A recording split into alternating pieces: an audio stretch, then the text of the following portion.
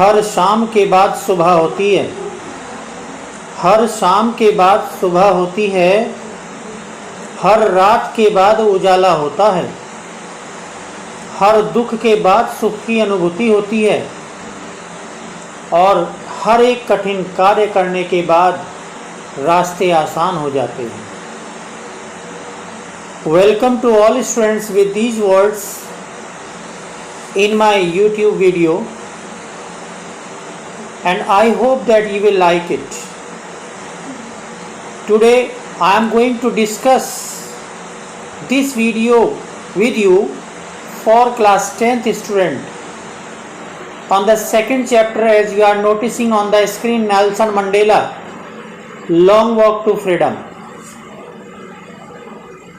Nelson Mandela's life is not full of bed of roses. He had faced a lot of troubles, he had faced a lot of things in his life. But we should understand that by birth we have no restrictions. God has not given us any kind of discriminations. We are getting all kinds of discriminations in this world. Religion, caste, rich and poor, everything is in this world. The same kind of things have been created in South Africa at that time, and we should understand that by birth Nelson Mandela got freedom, but when he got up, when he grew up, by and by he started getting restrictions on his life. When he became young and he wanted to do something according himself, his all kind of freedoms curtailed. At that time the hunger of freedom took place in his heart and mind, and he thought that every person has two obligations in his life, and he is not able to fulfill any kinds of obligation due to the restrictions of life. Because at that time in South Africa there was the white supremacy, and the policy of apartheid is always followed. Blacks were discriminated at that time, and they had to face a lot of problems. So Nelson Mandela decided to take action against all that, to create voice against of those discriminations which were framed on the life of the blacks. मेरे प्यारे छात्रों, मैं आपसे ये कहना चाहूंगा कि हर दुख के बाद सुख हमारे सामने होता है, लेकिन हमारी डिटर्मिनेशन फर्म होनी चाहिए। हमारा जो प्रयास है, हमारा जो डिवोशन है, वो पूर्ण रूप से होना चाहिए।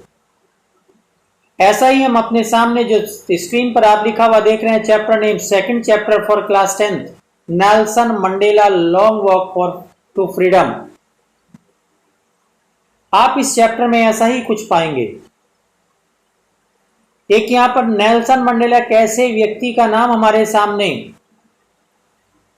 जिसने जन्म से तो हर तरह की फ्रीडम को महसूस किया, लेकिन जैसे जैसे बड़े होते चले गए उन्होंने देखा कि यहां पर डिस्क्रिमिनेशन,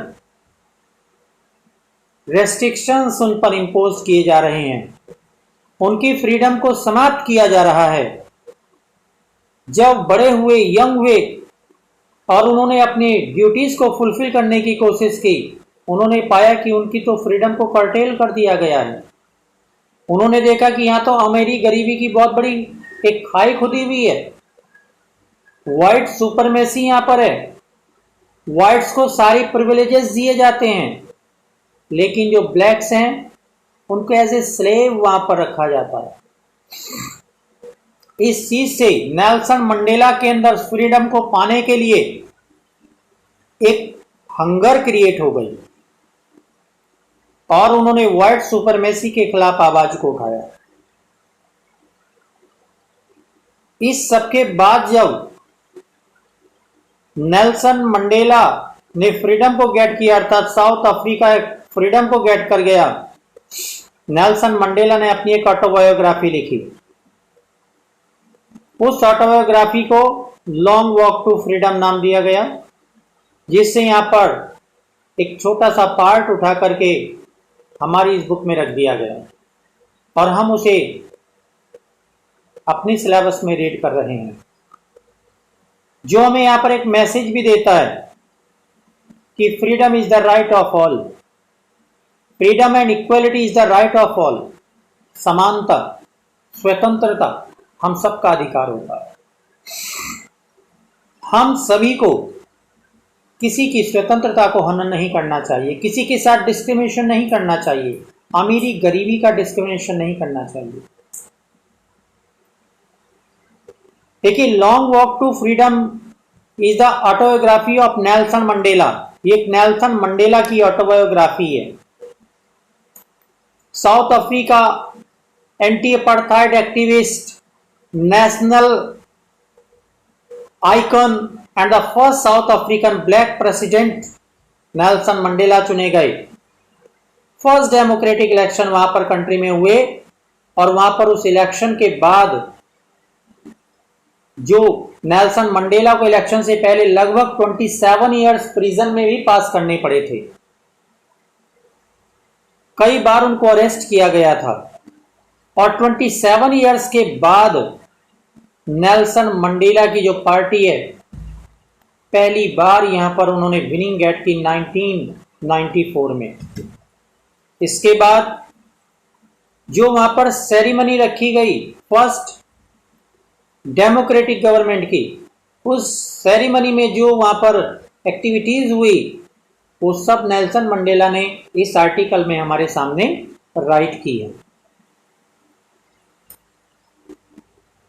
नेल्सन मंडेला ने स्पेशली ये आर्टिकल उनके लिए रिच ट्रिब्यूट के रूप में एक्सप्रेस किया है, जिन्होंने साउथ अफ्रीका को एक ऐसे डेमोक्रेटिक कंडीशन को शो करने के लिए, प्रोवाइड करने के लिए, अफ्रीका को एक स्वतंत्र डेमोक्रेटिक गवर्नमेंट देने के लिए अपने जीवन का सेक्रीफाइस कर दिया। इस आर्टिकल में उन्होंने उन सारे लोगों को एक रिच ट्रिब्यूट दिया है और क्या कंडीशन थी लोगों की, कितने राष्ट्र के हेड वहां पर आए, इस आर्टिकल में हमारे सामने बता दिया है। तो मेरे प्यारे बच्चों, मैं आपके सामने इस छोटे से आर्टिकल को आपके सामने डिस्क्राइब करने की कोशिश कर रहा हूं। I hope that you will understand properly to this. You will do properly and you will understand what I want to say to you. As on the screen you are noticing here, Mandela becomes South Africa's first black president. Mandela यहाँ पर first black president बने। देखिए, Nelson Mandela has become south Africa's first black president after more than 3 centuries of white rules. 3 शताब्दियों से वहां पर white rules, white supremacy चली आ रही थी, अपार्थाइड पॉलिसी फॉलो की जाती थी। 3 सेंचुरी से लगातार वहां पर जो शोषण होता था, एक्सप्लॉयटेशन होता था ब्लैक्स का, जिन्हें दास के रूप में देखा जाता था, उसके 3 सेंचुरी के बाद यहां पर नेल्सन मंडेला ने इस डेमोक्रेटिक गवर्नमेंट को स्थापित किया और पहले ब्लैक प्रेसिडेंट कहलाए।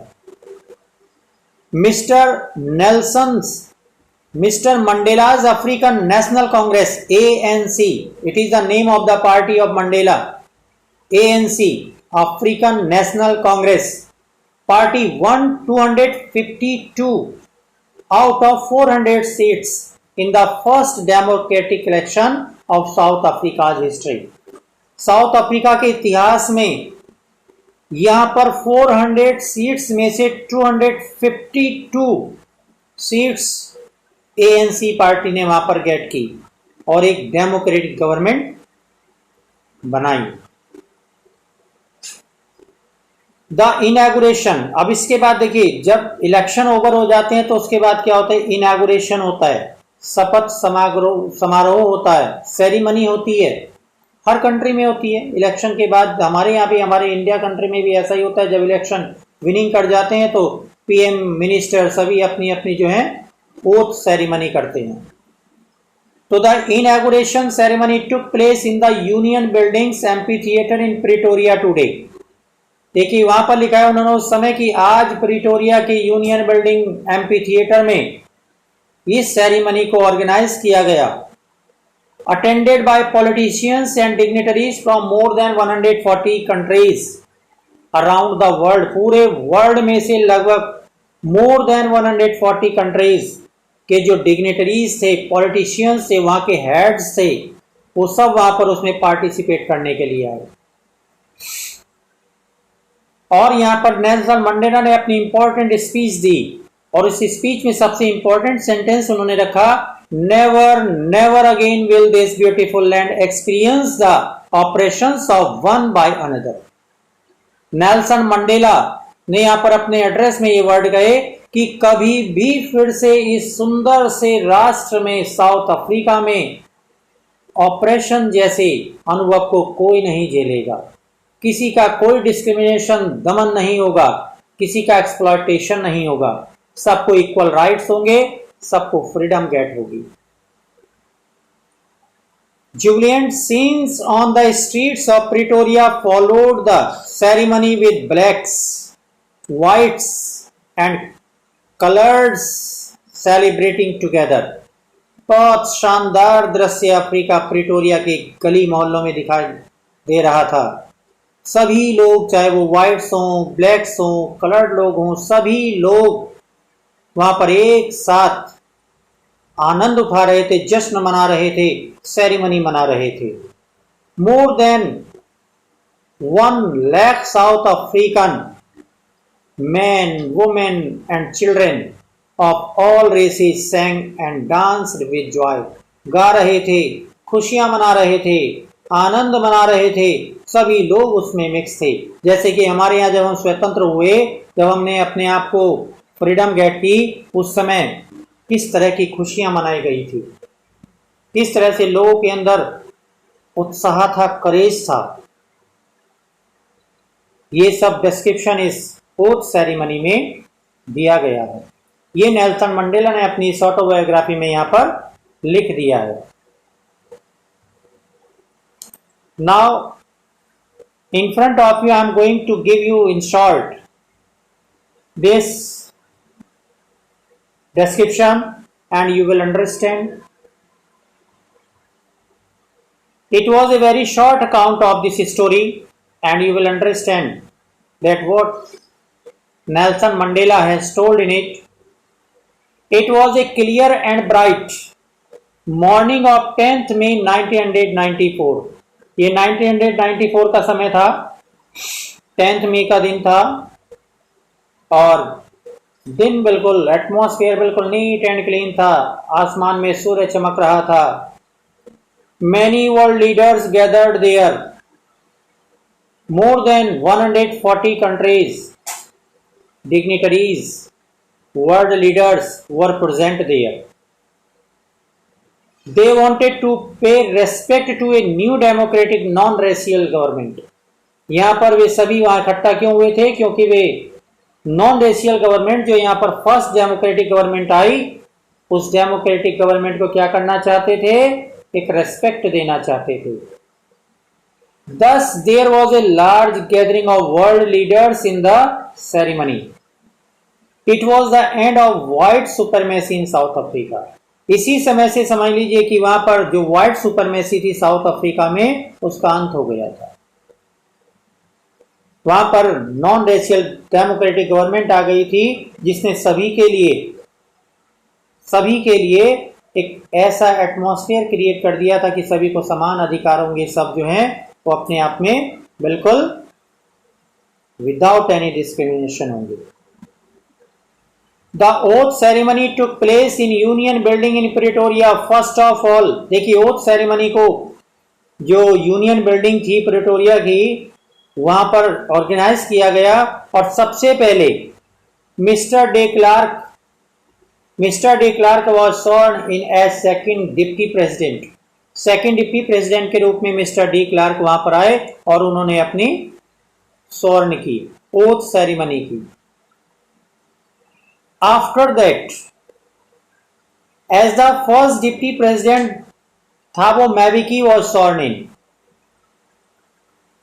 फर्स्ट डिप्टी प्रेसिडेंट के रूप में थाबो मैविकी ने वहां पर ओथ सेरेमनी की। And then on the third Mandela's turn came and he was sworn in as the president। उन्होंने एक प्रेसिडेंट के रूप में स्वर्ण किया, प्रेसिडेंट के रूप में ओथ सेरेमनी की। He eagerly took an oath, बड़े उत्साह के साथ उन्होंने ओथ ली, शपथ ग्रहण की, कस्में खाई। For the welfare of the people, उन्होंने कहा कि मैं हमेशा अपने साउथ अफ्रीका के लोगों की वेलफेयर का कार्य करूंगा। The most important sentence he told by him was let freedom regain, let freedom reign, God bless Africa. हमने स्वतंत्रता को प्राप्त कर लिया है, हम सभी को स्वतंत्र रहने देंगे और साउथ अफ्रीका पर भगवान अपनी कृपा रखे, कभी भी फिर अपार्थाइड जैसी पॉलिसी को फेस ना करना पड़े। इमीडिएटली द जेट्स, जब ये सेरेमनी चली रही थी उसी समय यहां पर क्या होता है कि immediately the jets started demonstration over the building. जो आर्मी के जेट्स थे, वहां की फोर्सेस थी, उनके जेट्स वहां पर बिल्डिंग के ऊपर से उड़ते हैं, फ्लाइट करते हैं। और वहां पर क्या होता है, it was a pattern of generals and police officers to show their loyalty to the nation. वे सभी क्या थे, ऐसा वे इसलिए कर रहे थे, वो अपने राष्ट्र के प्रति अपनी पूरी लॉयल्टी को शो करना चाहते थे, अपने डिमॉन्स्ट्रेशन कर रहे थे, अपनी वफादारी का सबूत दे रहे थे।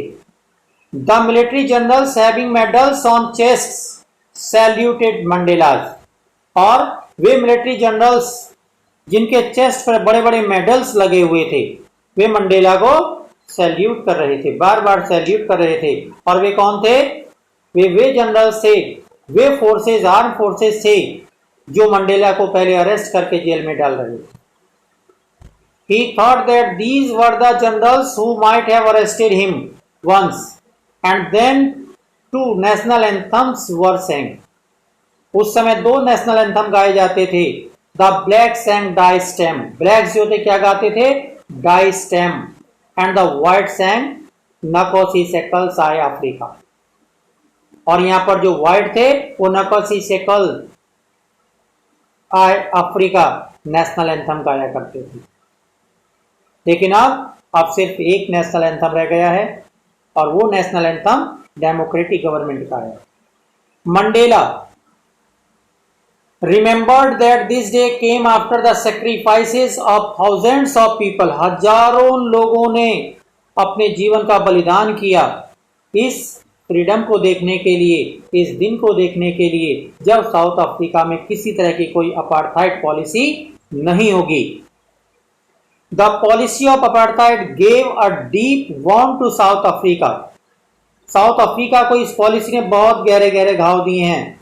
नेल्सन मंडेला कहते हैं कि इसने बहुत डिस्क्रिमिनेशन क्रिएट किया है, लोगों के अंदर एक गहरे गहरे घाव भर दिए हैं, जात पात अमीरी गरीबी के भाव यहां पर भर दिए हैं। और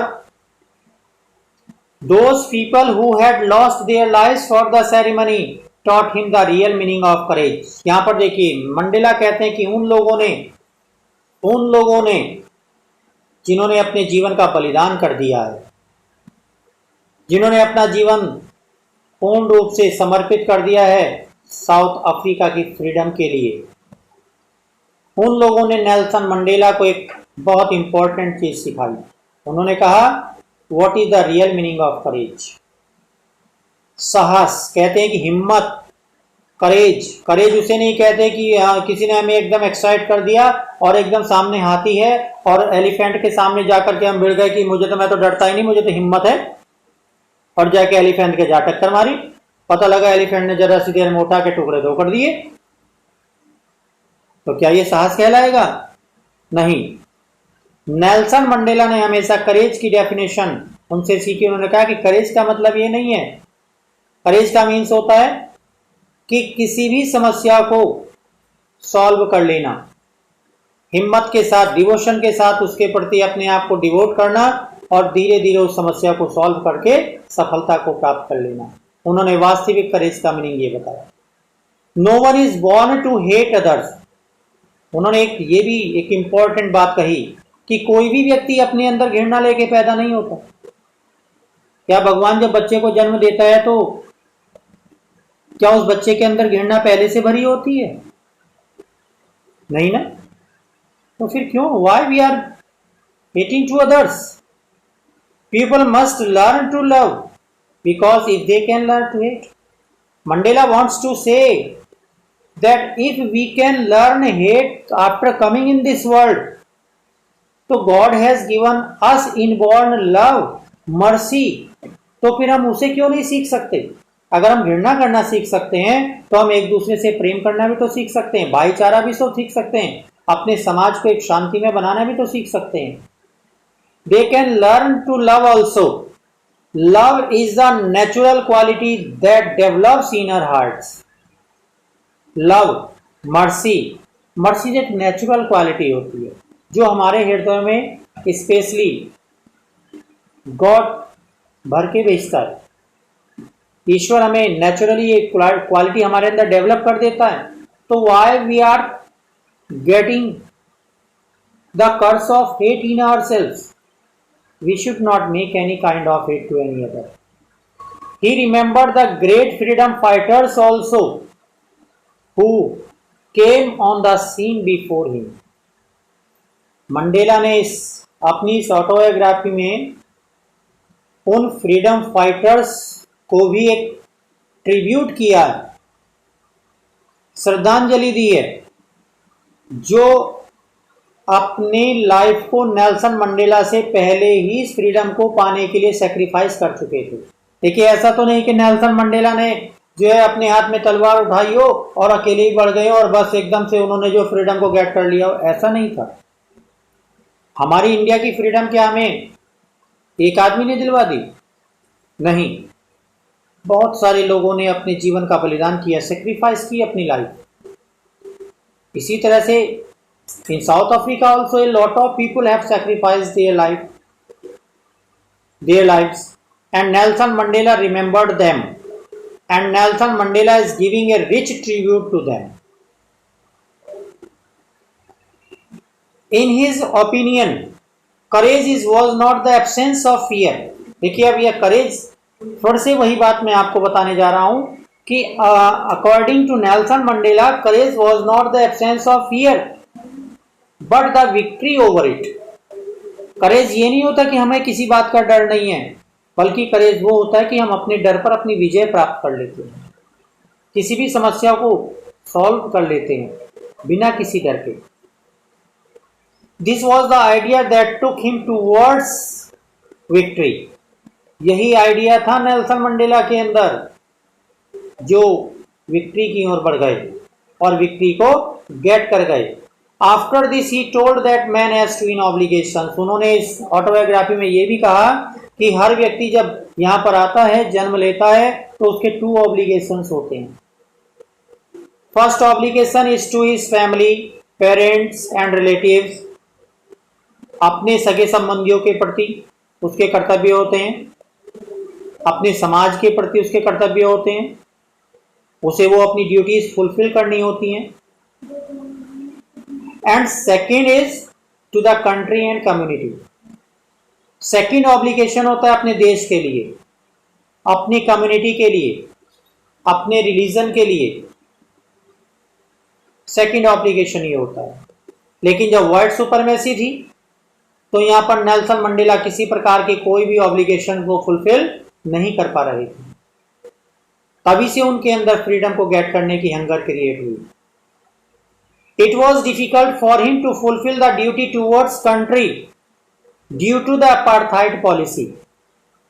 Therefore, he decided to use courage against it, and he raised his voice against the white supremacy. And finally, the result. What was the result finally?